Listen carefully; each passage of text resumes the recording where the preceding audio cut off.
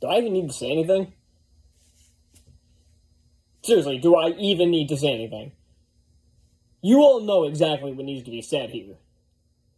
So, yeah. A few weeks ago, I did a video about AOC's cringeworthy environmentalist bullshit propaganda documentary.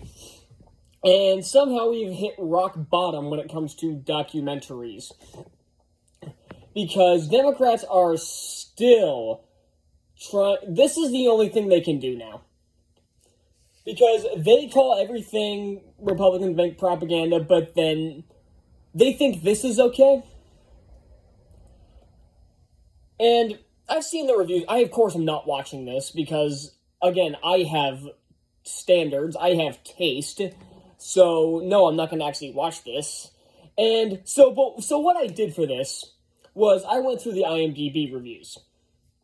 And they were pretty telling. Now, there were roughly 16, and I think literally half of them were positive and half were negative. And half of them didn't even make any sense. Like, the positive ones, all it was doing was, again, it's just liberal bullshit. Talking about how it's such... And, okay, the first thing I want to get into is the description on Rotten Tomatoes. Because, of course, it's not 100% out of 5 people who reviewed it, because, again, getting positive reviews by critics is basically giving you the liberal stamp of approval, so everything like this is going to be liked by critics. So that doesn't mean shit.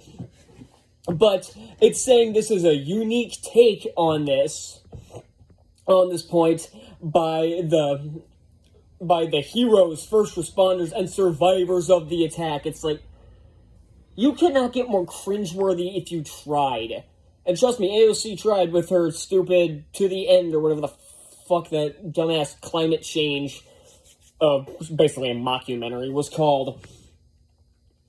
And so, yeah, and of course this is all from the liberal side. All of it is. It's Liz Cheney and Nancy Pelosi. And especially since it's being proven now that Nancy Pelosi was basically the one who orchestrated this entire thing, it's really telling.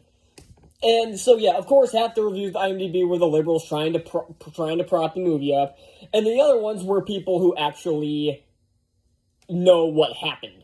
There are people that actually... One documentary was obviously probably poorly made, and it was just... All it was talking about is, yeah, it's just liberal propaganda. It's lies from the left side. There were... And let me just tell you, there were a couple reviews, both of them were negative, like 2 or 1 out of 10, by people who don't even live in America. Because they wanted to see the facts given to them about it, and all they saw was biased nonsense. So that tells you all you need to know, that people who live outside of America know that this is propaganda. It tells you all you need to know. But again, the liberals will bitch and moan every time the Republicans put anything out that actually has facts that back it up. But then they throw out crap like this, where they use a bunch of stock footage, and they have people literally lying their asses off on camera, and they think it's okay. I mean, the politics have hit an all-time low, and it's good that Pelosi is finally gone as speaker, so hopefully we can get some of these socialist douchebags out of the White House.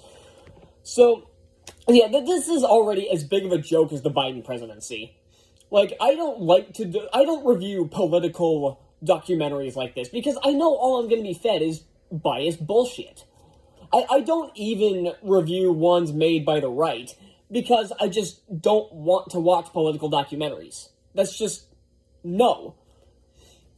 But stuff like this really gets under my skin, and especially since every time I try to watch anything on Sling, this ends up being an ad, so I'm pretty much done with Sling for a while, the streaming service, if you don't know what that is. Sorry, I'm pretty much done with that streaming service for probably ever. And this is just pathetic. It's been 3 fucking years, and they're still pushing it. Like, I'm pretty sure that the Biden administration tried to make that a national holiday now.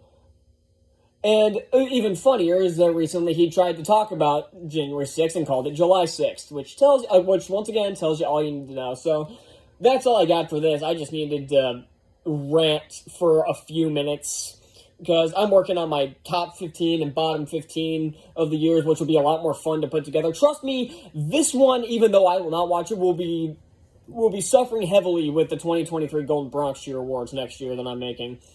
And trust me, AOC's to the end is going to get plenty of nominations, but I'll put up polls for that stuff anyway. So, yeah, that's all I got. I'll see you next time. Bye.